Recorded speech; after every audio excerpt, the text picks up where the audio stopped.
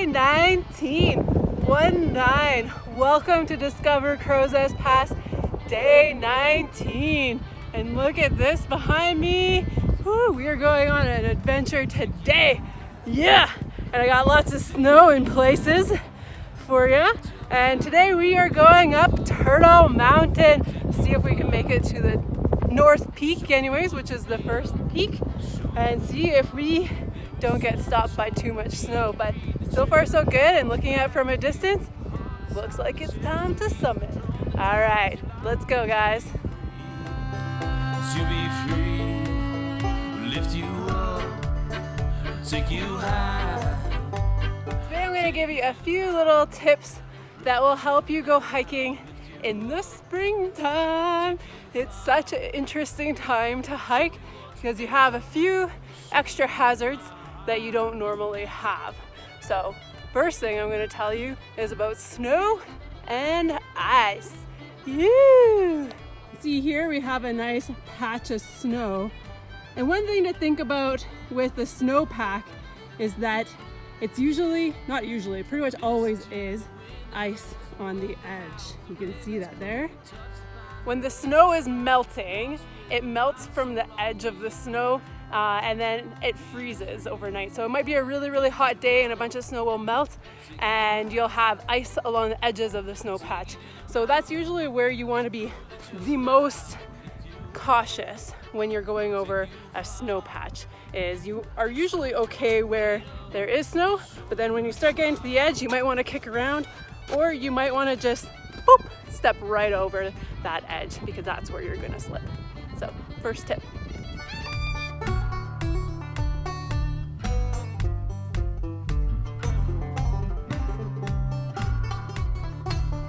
Standing on a mountainside, the bee that runs, a squirrel that hides. There is treasure inside of me, inside of you, meant to be free. Woo. So there is some deep snow coming up Turtle. You really have to stick to the more exposed parts. Otherwise it gets, when I say exposed, I mean exposed to the sun. So I'm on the rocky ridge on the bottom here. Otherwise, it's a lot of post holing. Is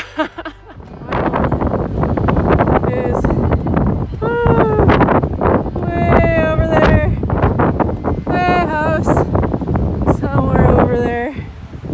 Gotta bike back still. Gotta make it to the top of this mountain first.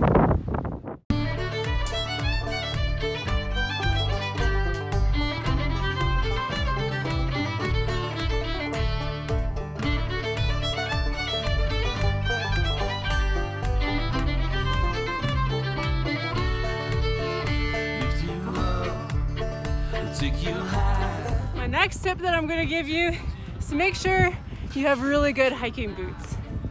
Hiking boots are waterproof, they're really stiff, and I can do a lot with them. So when I was doing my training with the Association of Canadian Mountain Guides, my instructors were always really hard on us for our footwear because you need good footwear. And one of the things that they said is if you're afraid to go through the snow because you're going to get your feet wet, then you need better footwear. So make sure you have good solid stuff.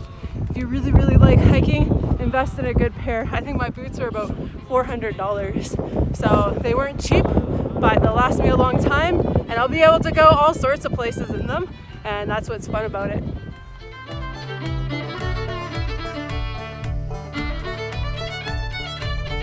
The next thing I want to tell you to do is making steps in the snow. I mean, it's good for you, but it's also good for the people that you're with. So you can take turns doing it if you're hiking with a few different people. But sometimes I kick my foot into the snow, and sometimes I use my heel and I drag it back. I'll show you. All right, I'm going to show you 2 ways you can make steps into the snow. So the first way is just to use your toe and kick into the snow and push the snow down and pack it down. Put your toe in. Now the snow here is a little soft, so I'm just mostly post holing, but that's one step, is by using your toe and kicking in. Now that's not always the most efficient way, kind of depends on what the snow is doing.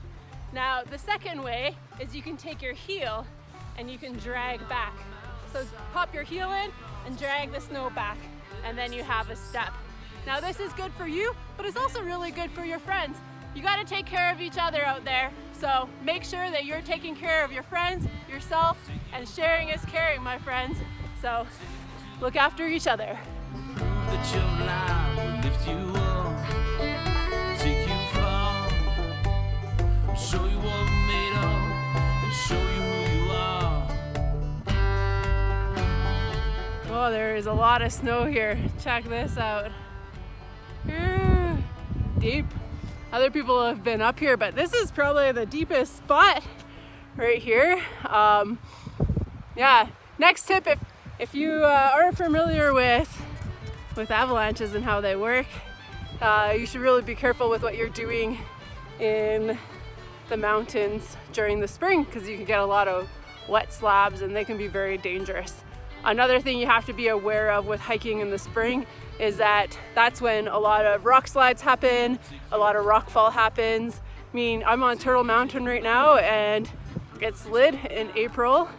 Last spring we had a big slide happen up the Miners Path.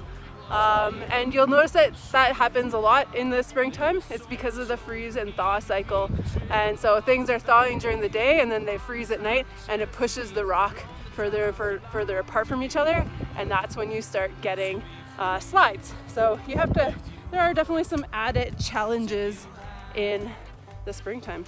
All right, I gotta navigate through this. Lift you up, take you far, show you what you're made of, show you who you are.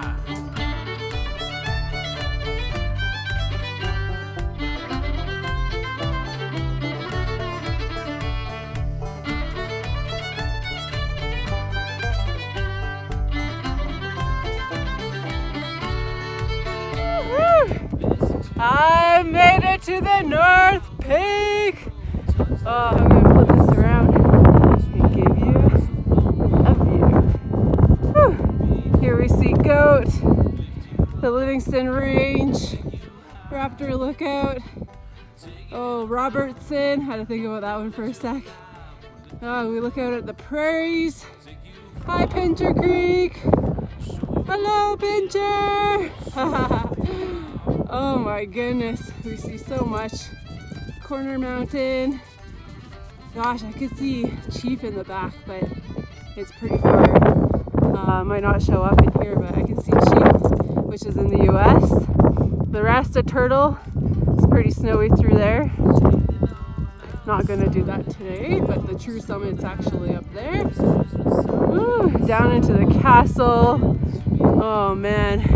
We see all the little ridges, Hastings Ridge, Willoughby Ridge, the Great Divide, so many mountains along there, Dara, McGladrey, Pengelly, Ptolemy, Andy Good, oh my gosh, Coulthard, Century, oh my goodness, Chinook's in there, and Parrish is in there, and McLaren. Ooh, Ironstone's in there. I can see Saddle Mountain, where I was at the other day. It's so small from here. Let me show you their saddle. It's tiny. Dillsea and the High Rock Range, Dead Man's Flats. Dead Man's Flats. I can't talk. Phillips, Crowsnest Mountain, Seven Sisters, Allison, Butte. Oh my gosh. You see Tornado, which is a really high one back there, a 10,000er. Oh my gosh, you see so much good stuff from up here. Lift you up, we'll take you far, show you what you're made of, show you who you are. There is so much hope beneath your feet, the trail that calls you back to feel the heart inside your chest and beats the drum that drives your life to be free, to be free. Lift you up, take you high, take you to the mountain, we'll prove that you're alive. We'll lift you up, take you far, show you what you're made of, show you who you are. when hiking in the spring, you also have to carry a little bit more gear. So I have obviously my layers, but you should have layers with you regardless. I have my mid layer here and my shell on, which I needed to put on for the way down. And then I have a few other things that I'm carrying with me. Here's a little pile of what I make sure I carry in the spring for sure. So I have my gloves that I pack around with me. I bring a toque as well, because you never know, and sometimes your baseball cap blows off. These are gaiters to keep the snow out of my boots. I could probably put them on today, but you see it's pretty wet. My hiking pants do cinch tight at the bottom, so it kind of keeps the snow out. And the other thing that I bring are ice traction devices. These are my favorite ones. We also rent them, but they're really, really great and aggressive for sticking into the ice. So if you haven't watched the what to bring for a day hike, make sure you watch that, because we did a live discussion not that long ago on what to hike for, or what to pack for a day hike, and there's lots and lots of information in there. We did it live, so there's a few questions, but it's about an hour, just over an hour long, but it's full of information. So enjoy that. Remember, I am a professional guide with Association of Canadian Mountain Guides, the Interpretive Guide Association. I'm also an environmental scientist, and I've been working in the backcountry. I've ran backcountry crews, and I've had staff. So I've been in the backcountry for a really, really long time. Doesn't mean I know everything. There's always lots to learn, but I do have a lot of experience and a lot of knowledge with being in the backcountry. So if you have questions, feel free to ask. I like answering.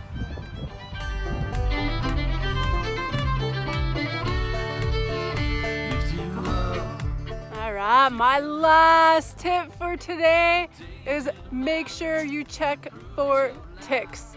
It is springtime, so ticks are out in full force, and if you think they aren't, just know that as soon as the snow melts, gosh, even the snow might still be there, they're out, and this is when they're most active because they're trying to find a host.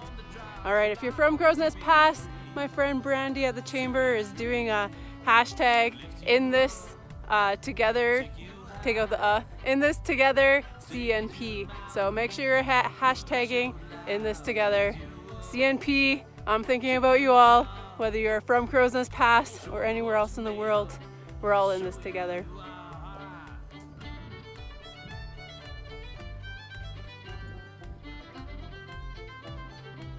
Oh, this ends our tour for today. Discover Crowsnest Pass, day 19. Yoo-hoo! We say thank you from DOGME. If you enjoy these videos, please share them. They're our way of being able to bring the outdoors to you during this time, and everyone can use a little outdoor time. All right, have a wonderful, wonderful day, my friends.